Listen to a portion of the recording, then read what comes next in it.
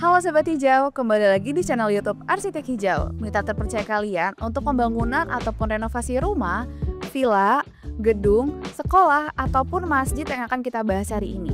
Kali ini aku bakal kasih tahu ke kalian progres pembangunan masjid yang sedang kita kerjakan di daerah Jakarta Selatan. Masjid ini bukan cuma sekedar tempat ibadah, tapi juga sebuah mahakarya arsitektur.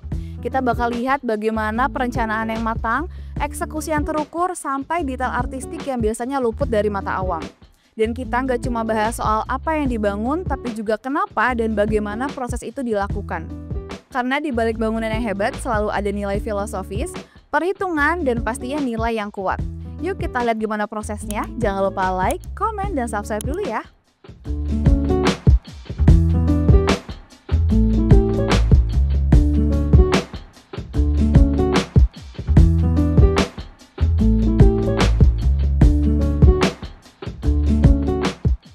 Masjid ini dibangun dengan nilai tinggi karena klien kami merupakan salah satu brand ternama di Indonesia. Pertanyaannya, kenapa akhirnya mereka memilih menggunakan kontraktor hijau? Sebagai jasa kontraktor, membangun masjid atau gedung sekalipun bukan hanya mikirin cepat jadi, tapi seberapa bermanfaat bangunan itu dalam waktu 50 bahkan 100 tahun ke depan. Jadi, video ini adalah sebuah catatan perjalanan dari awal hingga nilai yang kita tanamkan ke dalam desain dan proses kerjanya. Waktu pertama kali di brief mengenai proyek ini, ada 3 hal yang langsung jadi tantangan utama. Yang pertama, lokasinya berada di tengah kota elit. Yang kedua, ekspektasi klien yang sangat tinggi. Dan yang ketiga, konsep desain yang ingin memadukan unsur islami, modern, dan juga ramah lingkungan. Bayangin ya Sobat Hijau, masjid ini nanti bukan hanya sebagai tempat ibadah berjamaah, tapi juga sebagai ikon baru kawasan. Jadi setiap detailnya, mulai dari arah kiblat, pencahayaan alami, bahkan sampai bagaimana azan itu menggemanya bakal sempurna, itu akan kita perhitungkan sejak awal. Nah, kita sekarang udah sampai di lokasi pembangunan masjid dari Arsitek Hijau yang berlokasi di Jakarta Selatan. Hari ini progresnya udah sampai tahap pengecoran kolom utama, teman-teman. Mungkin terlihatnya sederhana ya, padahal ini adalah fondasi vertikal yang sangat penting karena ini akan menopang seluruh beban lantai atas, dinding, bahkan beban dinamis seperti getaran dan juga gempa. Kolom ini kita desain berdasarkan hasil soil test dan struktur dari konsultan profesional. Campuran betonnya kita sesuaikan dengan mutu FC 30 MPa dan pengecoran ini kita lakukan dalam 1 kali penuangan penuh agar tidak terjadi cold joint atau sambungan dingin yang bisa menyebabkan struktur menjadi lemah. Sobat Hijau, pernah dengar nggak istilah K225, K300, atau K350? Itu adalah satuan mutu beton berdasarkan kekuatan tekan. Untuk masjid, apalagi bangunan 2 lantai dengan kubah besar, minimal banget kita harus pakai mutu beton dengan minimal FC 30 MPa, atau sebenarnya ini tuh biasa disebut K300 teman-teman, hanya penyebutannya aja yang beda, tapi kualitasnya lebih bagus FC 30 MPa. Nah, jadi lebih tinggi mutunya tentu saja bebannya akan semakin baik, tapi konsekuensinya biayanya akan jadi lebih mahal.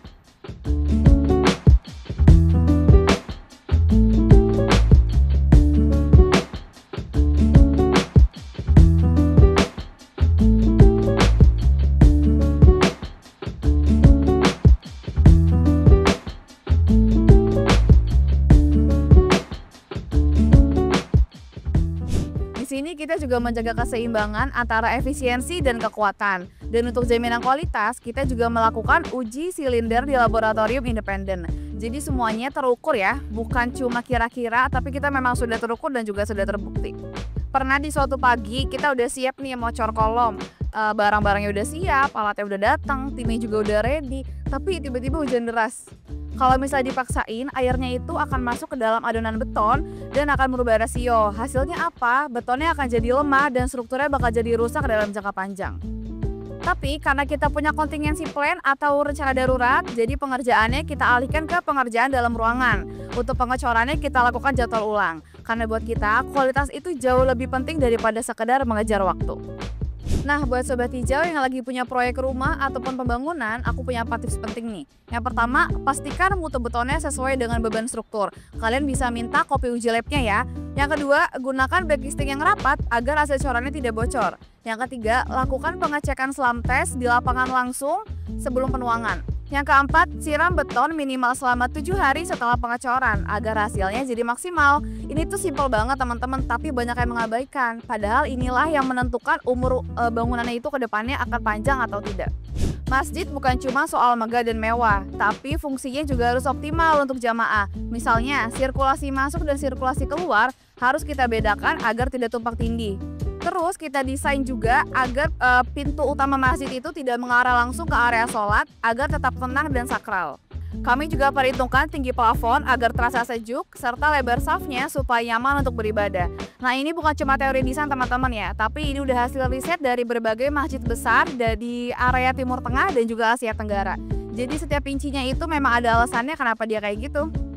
Banyak proyek yang mandek akibat masalah non-teknis. Tapi di Kontraktor Hijau, kita punya sistem kerja mingguan yang sudah terukur, yang sudah terstruktur dengan time tracker.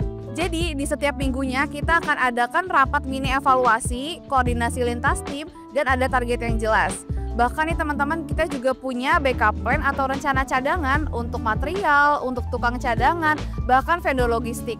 Dan klien kita juga bisa melihat progres pembangunannya secara langsung melalui aplikasi digital berbasis harian yang sudah kita siapkan. Jadi semuanya terlihat transparan, tanpa ada yang ditutupi, sehingga kalau misalnya klien ada di luar kota, di luar negeri, tetap bisa memantau progres pembangunannya sudah sampai mana. Tanpa tim yang solid, proyek sebesar ini nggak akan bisa jalan. Di proyek kita itu tukangnya ada spesialisasi tersendiri, ada yang ahli backcasting, ada yang fokus ke plumbing, ada juga yang hanya fokus pada finishing. Nah, kita juga libatkan mandor lokal untuk bisa berkomunikasi dengan warga sekitar dan tetap menjaga silaturahmi. Tim yang harmonis sama dengan hasil kerja yang maksimal.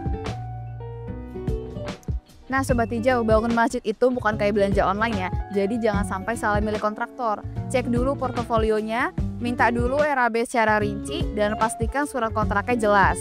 Jangan tergiur dengan harga yang murah tanpa jaminan, tapi percaya deh sama Kontraktor Hijau, karena di kita itu sudah terstruktur mulai dari perencanaan, timeline, progres harian, sampai garansi pekerjaan kita ada. Masya Allah banget ya Sobat Hijau, semoga apa yang kita bagikan hari ini bisa jadi inspirasi dan motivasi buat Sobat Hijau semua. Karena apa yang kita bangun di sini bukan cuma bangunan, tapi keberkahan di dalamnya. Nah buat Sobat Hijau yang ada rencana untuk bangun masjid, ataupun rumah, atau properti lainnya, jangan ragu untuk konsultasikan dengan kita karena gratis teman-teman. Bisa langsung klik link yang ada di bio atau scan barcode yang ada di sini ya. Sampai jumpa di proyek selanjutnya.